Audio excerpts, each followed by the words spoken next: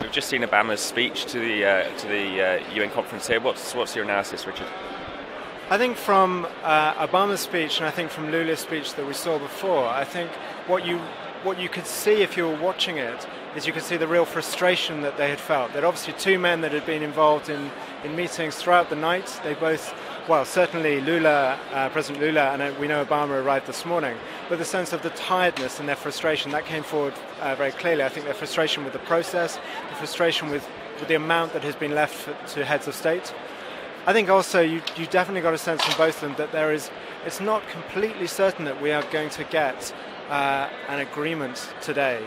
I think that's a real concern, certainly from leaders. We've been hearing that they want to get a political statement by the end of the afternoon.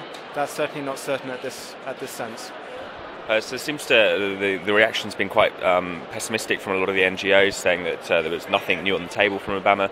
I don't know if you've seen this new leaked draft that's come out. Is there any hope going forward? I think what was disappointing from Obama's speech is the sense of when he talked about negotiations and give and take, he was very clear in identifying and stating what the US position is. And there was a sense of where's the US prepared to give ground. I think just as developing countries, he's expecting them to give ground on their positions. I think we really want to still see where the US and a number of other developed countries are able to make more progress. For example, on the finance, are they able to go further? Whether that's the US or also with the EU, are they able to go further with their finance in terms of scale and also in terms of whether that's new and additional, to give a proportion or to be very clear about what is coming from the EU, what their share of that is.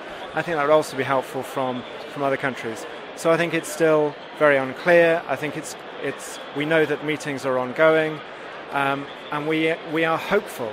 I think you still have to have hope. We saw the Clinton come out yesterday and say that the US is going to back this $100 billion fund.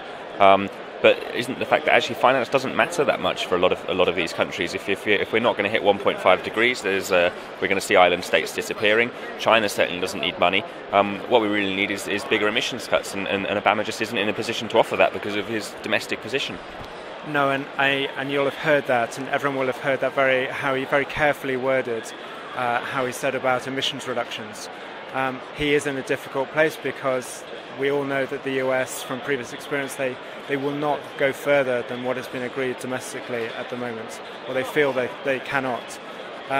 So I think that makes it very difficult. In terms of mitigation, yes, that is a key issue as well. And unless we have the deep emission cuts for many developing countries, not just the least developed, but even for China, for its eastern and southern coasts, sea level rise will be extremely devastating for them, and many of their economic power centers in China will also be affected. So I think, yes, emissions reductions, and also I would say that without the strong emission reductions, we may come out of this with some good text on adaptation, or that's the way it's heading. But the sense of that will not be helpful if we're heading for a more than 2-degree world. I think certainly the study that many people will have seen was leaked yesterday, and The Guardian reported on that actually we're heading for more than a 3-degree world, maybe a 3 to 4 degree. And actually in many places that means adaptation isn't possible. So for an organisation like TearFund, working with partners in the poorest and most vulnerable countries, they would say that adaptation will no longer be possible in many of those places. And just finally, you say that we need hope. What gives you reason to be hopeful? What are the blockages, and where do you see them being unblocked, if you like?